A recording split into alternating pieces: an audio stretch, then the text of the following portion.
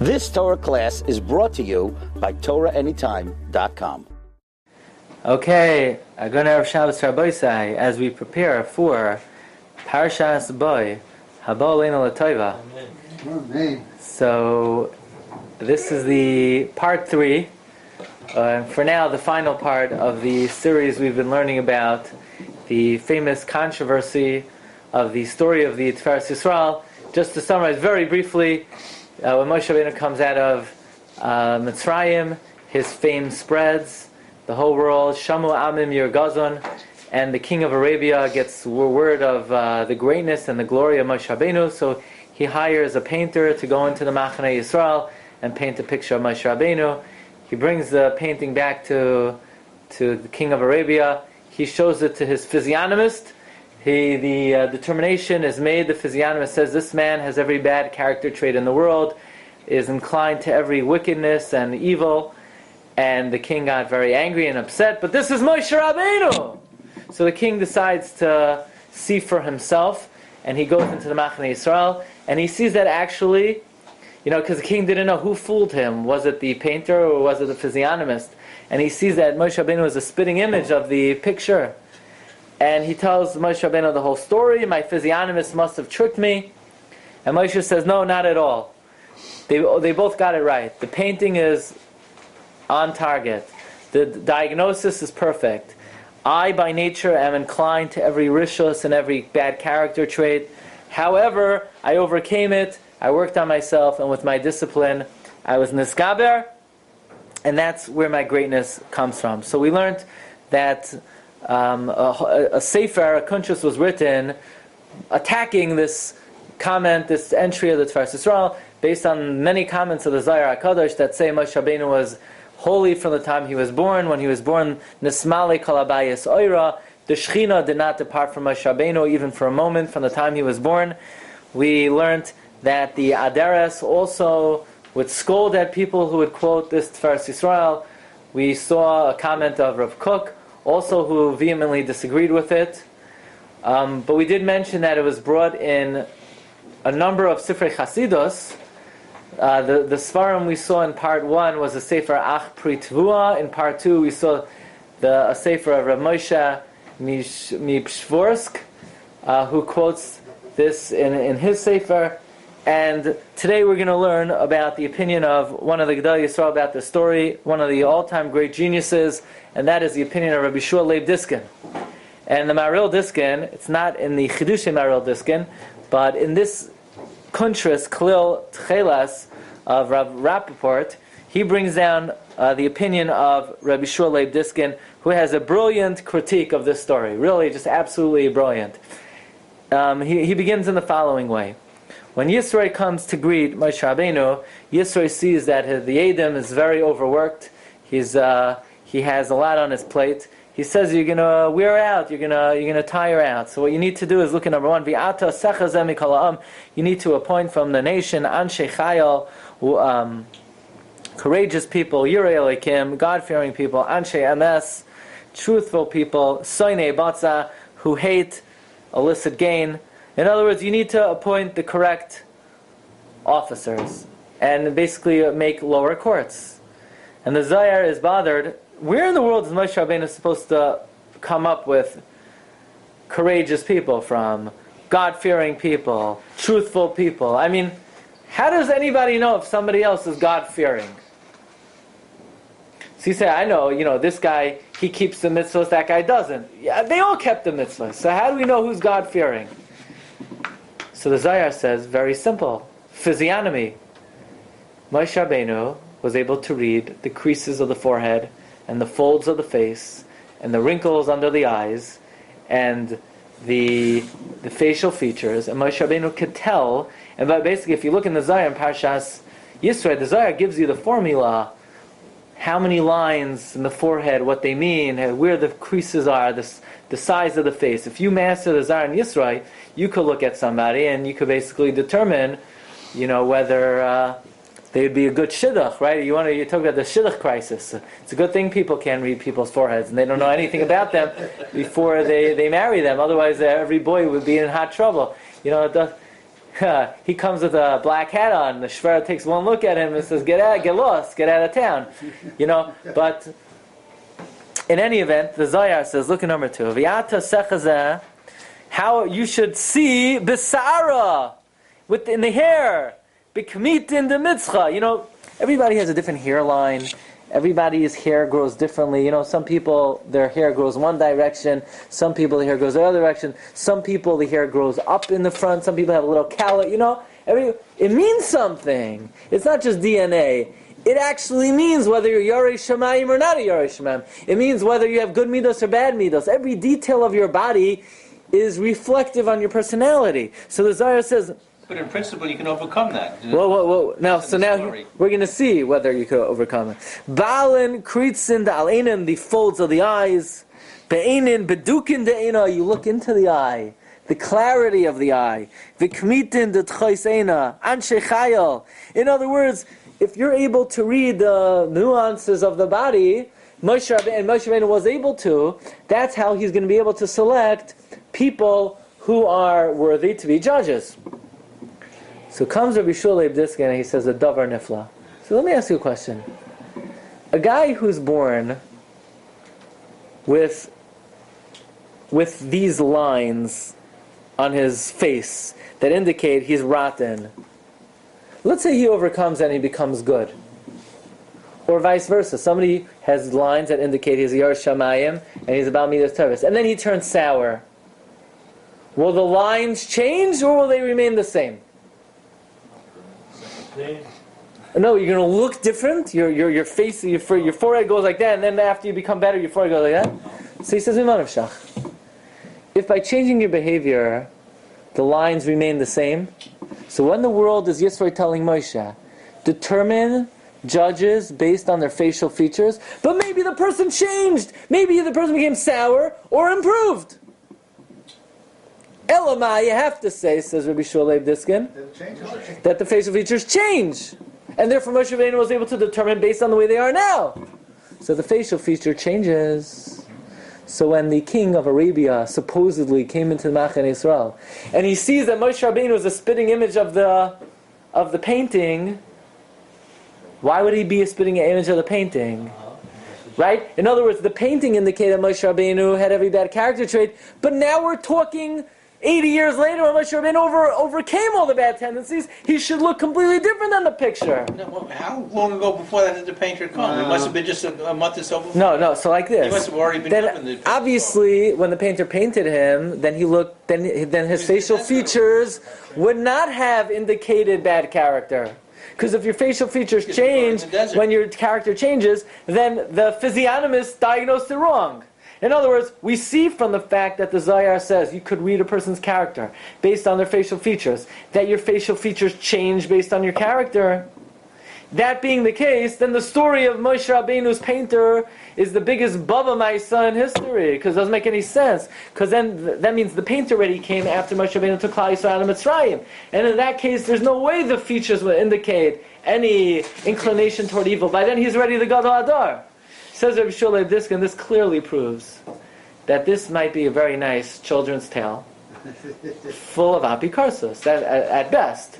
But this story has no basis in reality if you're actually an intelligent person and you recognize from the Zohar that facial features must change with personality. Otherwise, Moshe Rabbeinu, then Yisroel's idea to Moshe of recognizing people based on their facial features would not have worked. So look very briefly at number 3. And Rabbi Shulei Bdiskin, this is quoted in the Sefer Klil Tiferes of Rav Rappaport in his Kuntras against the story of the Tiferes Yisrael, where he says on the 5th line, if you actually think about the story, you'll see the fabrication of the story. If the simanim do not change from the time you're born, how can Moshe Rabbeinu use the simanim to determine who's in Neshemes? Because maybe when they were born, they were noita toward your shamayim and truth, and then they sort of fell. And if the facial features changed according to your maisim, then you could ask that what? Halayakopanim kasha tuva. even if we know that a person was born as a tzaddik,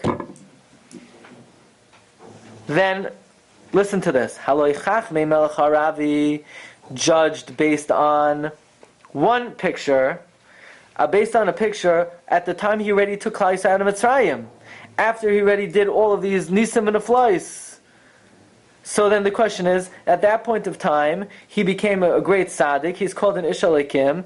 If that's the case, then his facial features should have changed. So how did the prognosis be?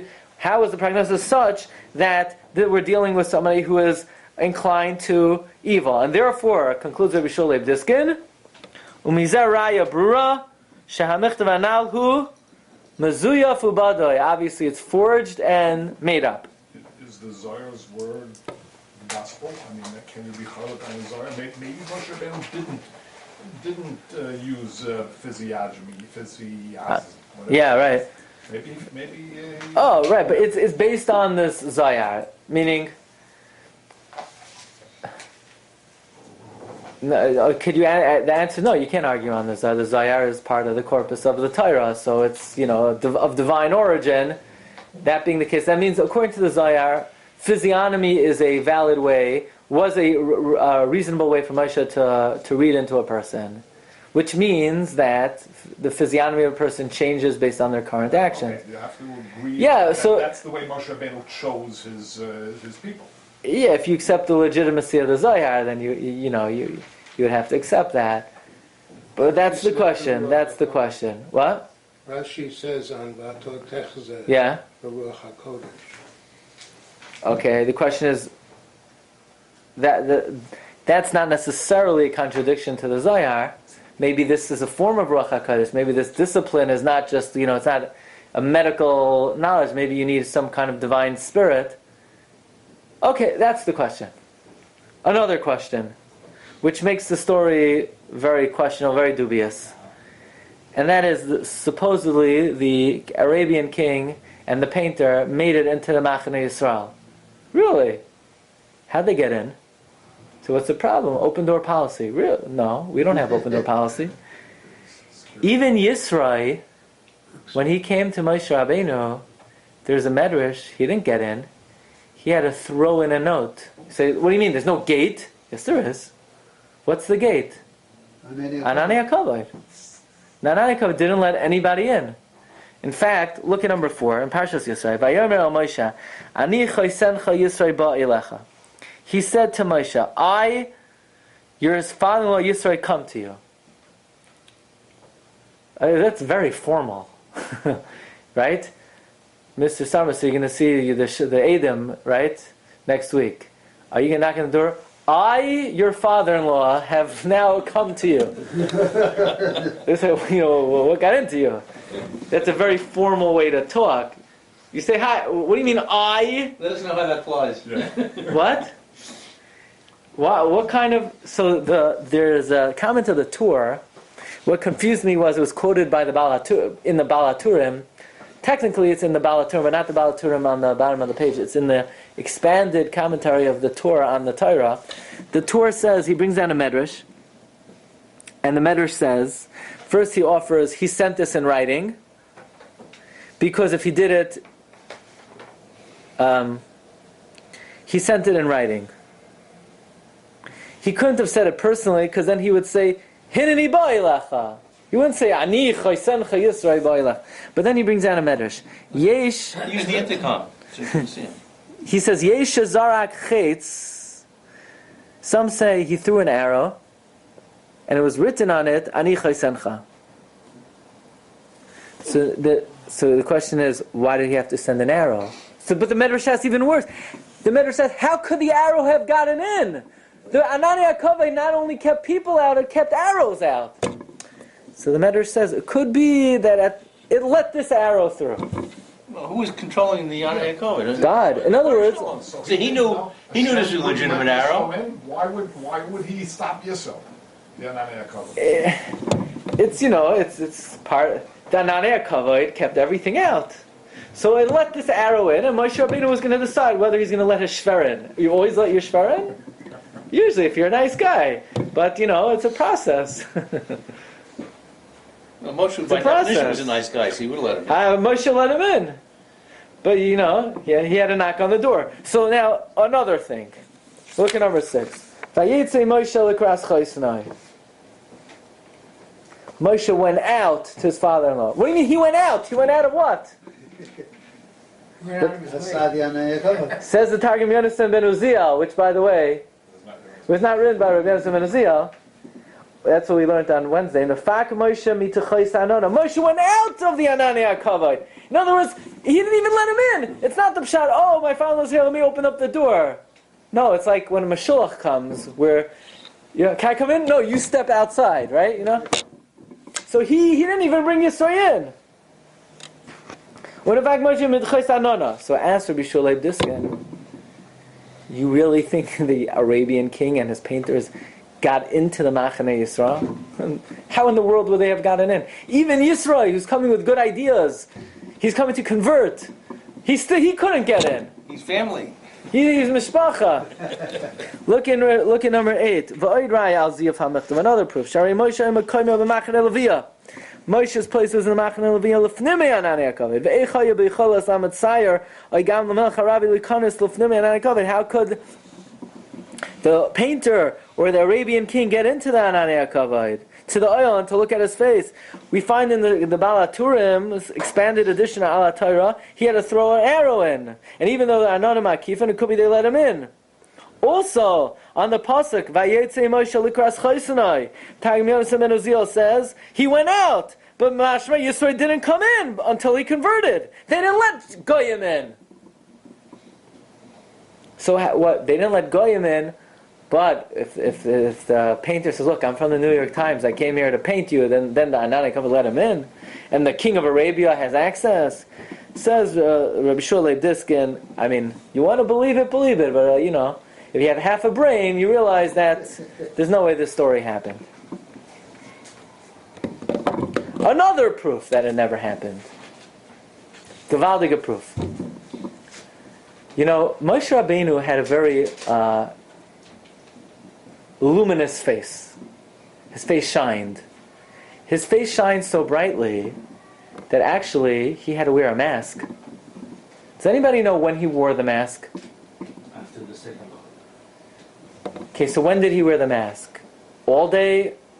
Between 2 and 3? What were the hours of the mask? So the Pasuk says when God spoke to him, he took off the mask. When he taught Torah to Klal Yisrael, he took off the mask. Otherwise, he wore the mask.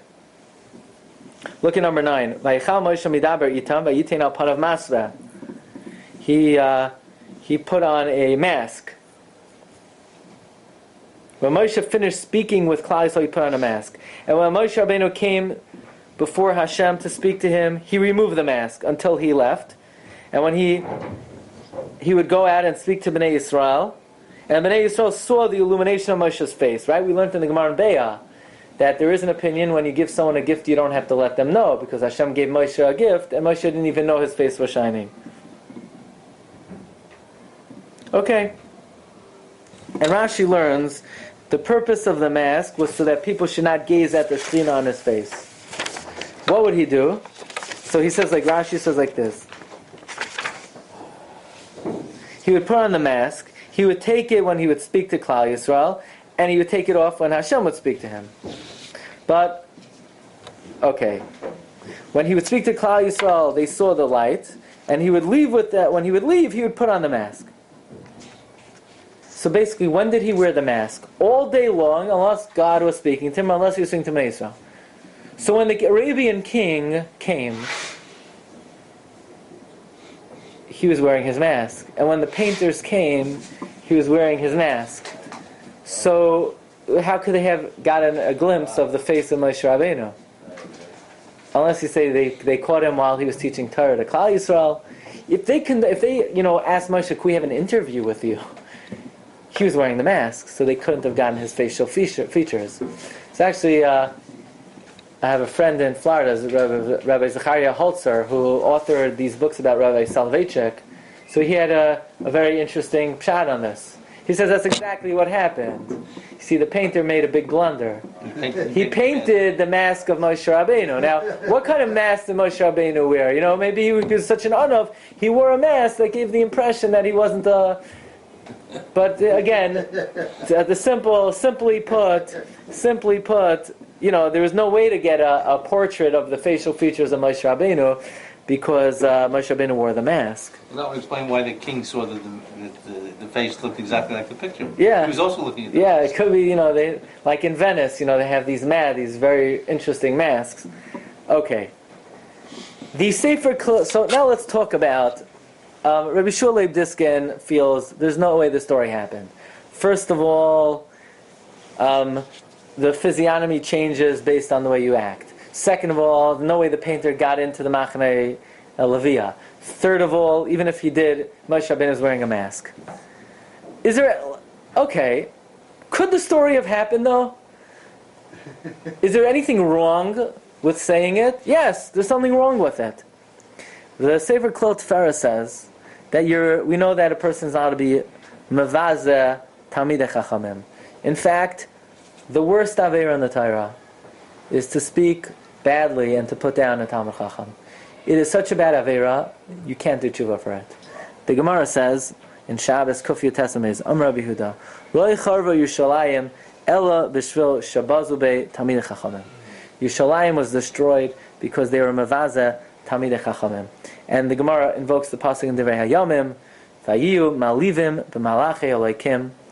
They disgraced the angels of God, u'boizim dvarav, they ashamed their words, u'matatim b'neviav, and they mocked their prophets. Ad alois chamas Hashem amay, ad le'in marpei, there's no cure, says the Gemara. Le'in marpei, amar Rabbi Yehuda Rav kal mevazeh talmid chacham, ein loy refuah l'makasai.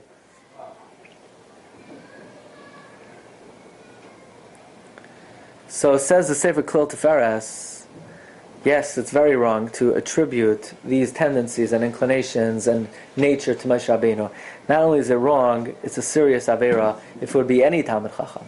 Kal v'chomer, ben benoishe kal v'chomer, Adoin HaNeviim, the greatest person who ever lived, to say that he was inclined to sin, to avera, it's a terrible crime, it's a terrible infraction, it's a horrendous thing to do. So he says, well, maybe you'll say that what's wrong? Isn't there a machlokes in the Gemara? Who's better? A tzaddik gamor or a Baal Tshuva? So are we really disparaging Moshe Rabbeinu? We're not disparaging him. We're saying that he's somewhat of a Baal Tshuva. He had bad tendencies and he overcame them. Isn't there an opinion, b'makom shebalei tshuva oimdim, tzaddikim gemar me'im oimdim? So if you remember from our first year, the Aderes writes, yeah, it's a machlokes, but we paskin. It's a machlokes that we paskin that tzaddik gamor is better. But the Sefer Klal Tiferes says, yes and no. Yes and no. Look at the Gemara Brachas has a debate. Amar Rabbi Chia bar Abba, Amar Rabbi Yochanan. Kol hanavim kulan le'nisnabu el balei tshuva. All the great prophecies are for the balei tshuva, but tzaddikim gemurim, you can't even describe it. Ayin lo yiras elokim zecha. But Rabbi Avo argues. Rabbi Avo says, no, makom shabalei tshuva oimdim tzaddikim gemurim me'im oimdim. So the Klal Tiferes says something very interesting. You know what he says? He says, that could be a debate by a regular person. But don't we have many Gemaras in Shabbos? Kol ha'omer Ruvain chata eino elataya. Kol ha'omer David chata eino elataya. Kol ha'omer Shloimeh chata eino elataya. It's a mistake! How can you say they sinned? And we jump through hoops to explain they didn't really sin. Why are we jumping through hoops? But if a Baal Tshuva is greater than a Tzaddik Gamor, just the opposite! Isn't it better to say Ruvain didn't avera, David didn't avera Shlomo? This way we'll say they didn't avera, and they're about you, and they're a higher level. He says that's when you talk about your average citizen. You could debate whether it's better to be a Baal Tshuva or not a Baal Tshuva. When you talk about a Torah leader, it does not add any prestige to him. Do you know really he was a Roitzeach, a Menayef, and Gazlan? But he did tshuva, and now he's a big Rosh Hashiva. Look at him. So maybe you could argue whether, for an average person, maybe it's better to be about tshuva. When you talk about the leaders of Klal Yisrael, it's not any. Nobody would say for them it's better to be about tshuva. Wasn't Reish Lakish a Baal Tshuva? And Good, but it doesn't add prestige to Reish Lakish that he was a Gazan once upon a time. It's not good on your resume. It's not good. Whether this is real or psychological or it's not, doesn't work out well. This is not a good paradigm for the Gedolei Yisrael to try to say, yeah, he wrote 10 volumes, but do you know how great he is? He was the biggest Russia ever 10 years ago, and look how great he is today. Today he's on Mayesas Gedolei Hateira. So says the Klil Tiferes, you could debate whether Baal Tshuva is greater than Tzaddik Gomer, but that doesn't apply to the leaders of Klal Yisrael. And he says as follows. Look in number 17, Ois Gimel. Hine gam Rabbi Avohu. Rabbi Avohu only said about Tshuva is better than a Tzaddik Gomer. But Tzaddik Gomer is not the highest level. There are much higher levels than Tzaddik Gomer. There's a Chassid, there's a Kadosh, there's a Navi. You could debate maybe about Tshuva maybe he's only greater than a Tzaddik Gomer, but he ain't greater than a Navi and a Chassid and all the highest Madregas. So we're dealing with a Moshe Rabbeinu now. For a Chassid and a Tzaddik, it's not adding to their resume that they're inclined toward terrible sin and they overcame it. That's on the lower playing field. When you're dealing with the major leagues, when you're dealing with the Hall of Fame, when you're dealing with somebody who's in, the Mount Rushmore of the Gedolei Yisrael, it's not adding to their prestige that they're about Tshuva. Again, Baalei Tshuva could be on a very high Madrega, and they are on a very high Madrega. There could be higher than Tzaddik Gomer. But, when you're dealing with a Moshe Rabbeinu, again, someone on that level, it doesn't add to the resume. And therefore it's considered demeaning to say about a Moshe Rabbeinu that he was inclined to all these bad things. So we had a question. Well, how did this story creep into the Sifrei Chasidus? The Aderes said it's not a legitimate story. The Rabbi Shulei Diskin says it's a forgery. You have a whole kuntrus against it. So, why did it creep into Sifrei Chasidus? We saw in the Ach Pri Tvua, we saw in other Sifrei Chasidus. And a very surprising thing we have over here. And that is, in the Dega Machane Ephraim, who's the grandson of the Baal Shem Tov, he said he heard from his grandfather, the Baal Shem Tov, that we have a tradition that Moshe Rabbeinu's nature was inclined to be a Rasha. How could we say such a thing? But he brings down that he heard, not that he heard somebody say over, he heard his grandfather tell him. Look, I'll show you the words in number 18. In the Dega Machane Ephraim, he brings down a lashon of the Gemara in Bechayros on Daf Hey. Was your Rebbe Moshe a pirate? Was your Rebbe Moshe a kidnapper? Also, Chazal say, V'hibitu acharei Moshe, they suspected Moshe of Eishes Ish. So we once gave shir on that, Chazal, that Klal Yisrael suspected Moshe Rabbeinu of Eishes Ish. So we said all kinds of perushim. It means that Ish is a type of malach in the Rambam, and they suspect that Moshe Rabbeinu wasn't receiving nevuah from Hashem directly or through an intermediary. But the simple Gemara says they suspected Moshe of adultery, chas v'shalom. And the Baal Shem Tov said, yes, I'll show you the words. Ki Moshe Rabbeinu noilad bebechinas sheyiyeh Rasha Gomor. The Baal Shem Tov says that Moshe Rabbeinu was born with the nature to be a Rasha Gomor and to have all the midos rois, but he overcame it and he broke it.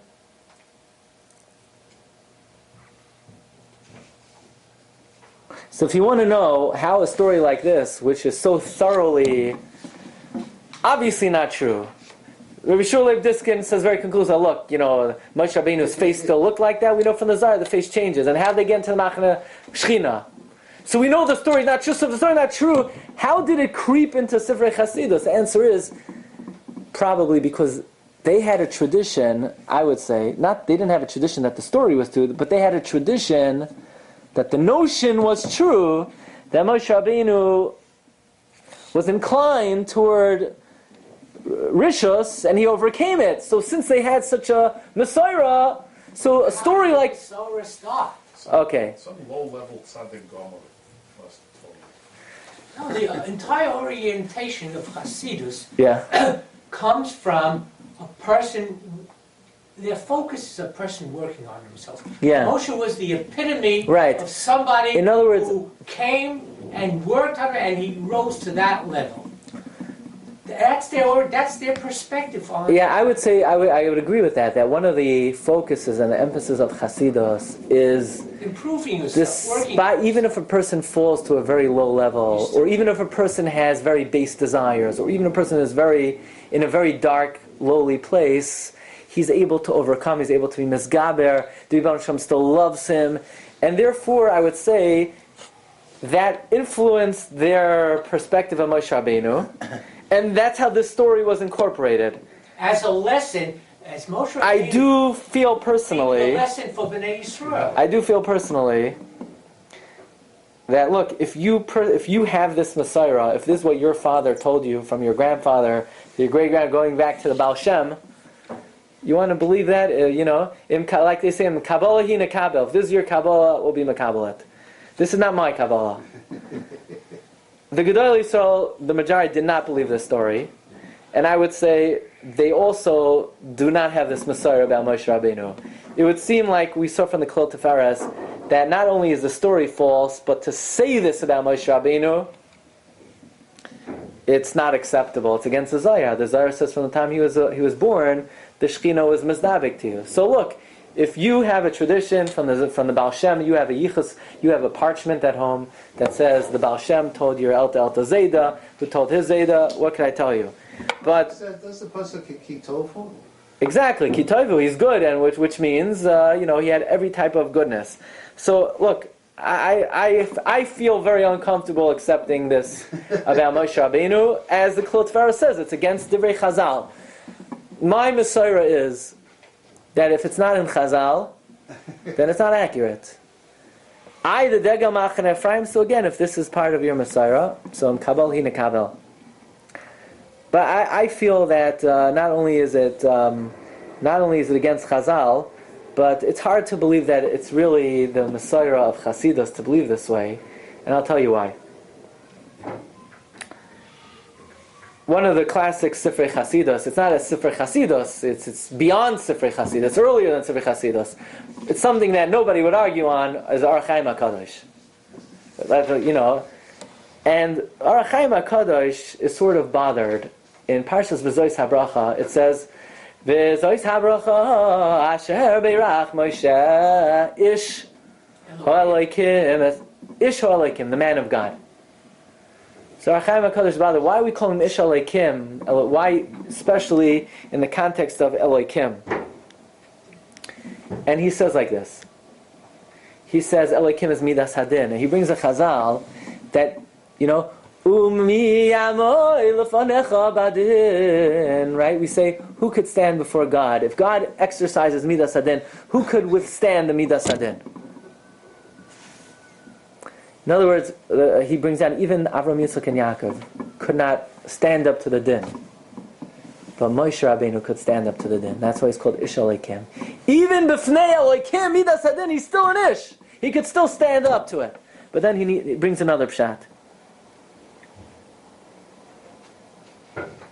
And that is, you look at a Moshe Rabbeinu, and you see Midos Toivos, humility. And by the way, Rabbeinu Yonah says, the same way Moshe Rabbeinu was the humblest man who ever lived, he likewise excelled in every good character trait. So you say, wow, he must have good DNA.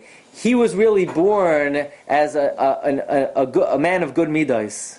Says Ar Chaim HaKadosh, no, all of his midos were meyiras Elokim, lo shahaya tivai Messiah. It's not that by nature his nature supported the good midos. It's all acquired based on Yiras Elokim.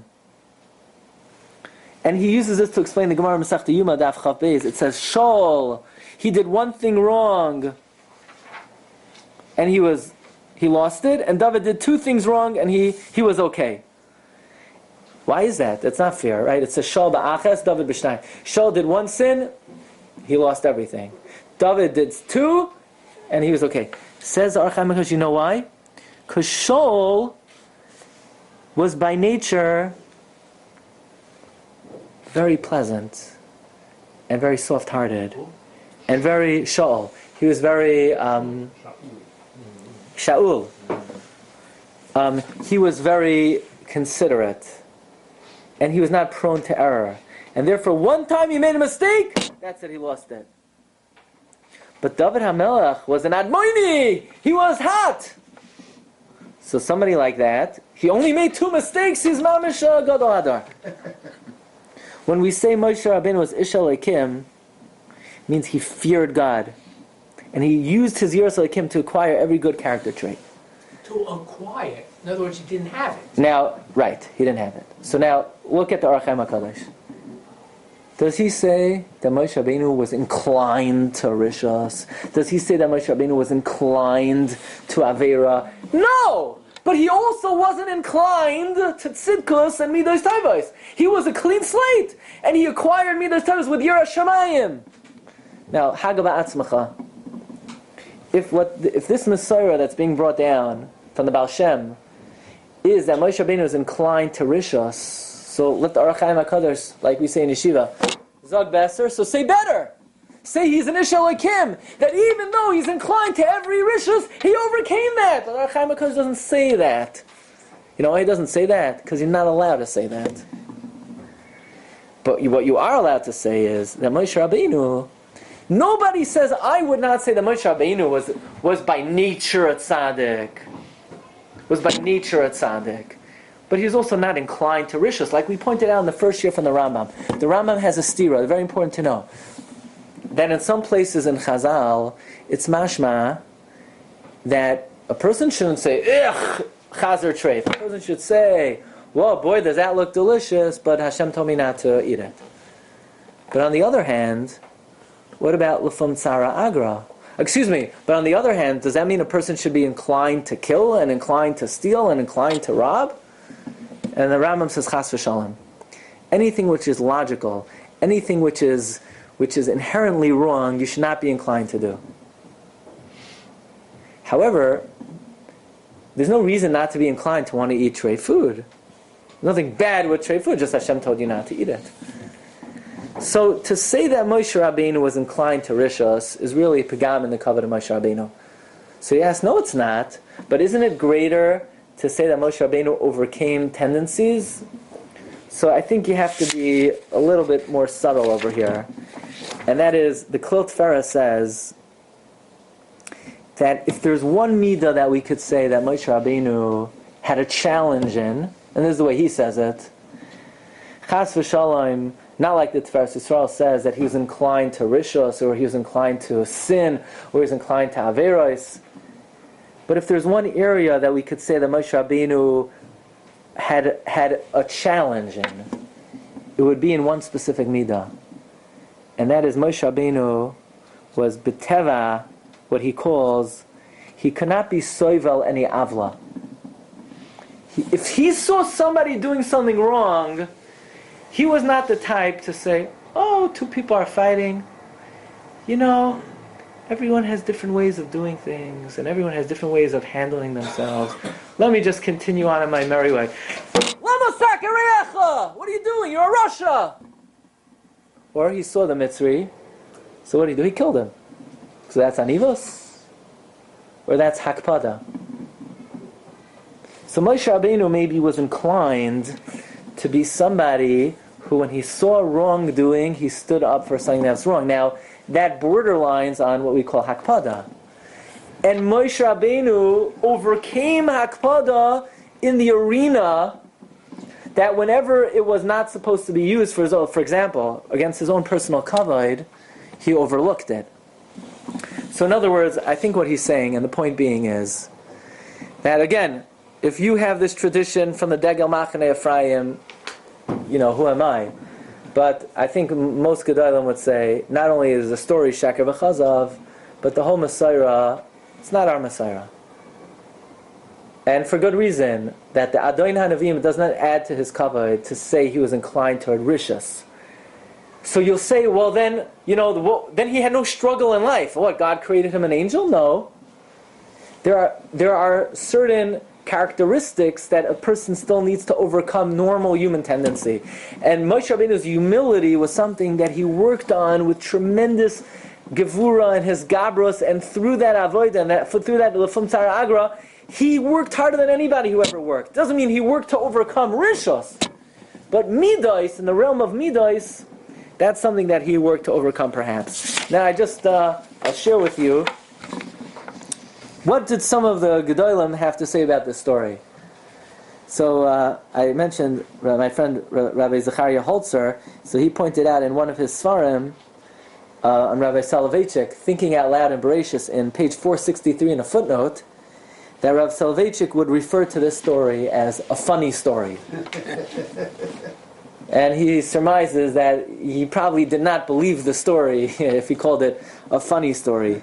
But a friend of mine, Rabbi Gedalia Schwartz in Norfolk, Virginia, he sent me an old copy of an article in the Yated where the editor has a note that Rav Moshe Feinstein was mavaza the story. He disparaged the story. The whole basis of it is from the testimony of a guy who has no credibility. Again, my personal opinion, for whatever it's worth, is that this is not a credible story.